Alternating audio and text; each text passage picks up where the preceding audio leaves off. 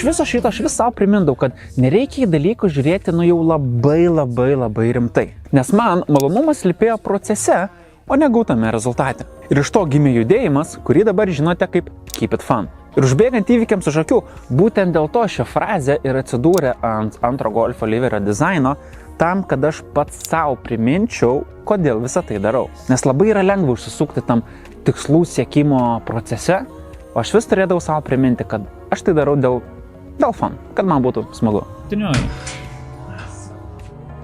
Kadangi dabar žinome, kaip atrodė mano mentalitetas tuo metu, labai nesunku yra paaiškinti, kodėl aš tai pradėjau filmuoti. Ir kodėl prasidėjo tai, ką dabar čia atsisėdęs su žmona ir vaikai žiūri. Šiaip vaikam galite ir nerodyti, nes tokių psichopatų jie prisižiūrės gyvenime pista kiek. Man buvo smagu filmuoti tai, ką veikiu garaže, paskui sėdėti rašyti kažkokį scenarijų, kažkokią istoriją tomis serijomis ir to pačiu montuojant išsipisinėti iš savęs. Seniai, jeigu kas už turiu kalėninės. Ne.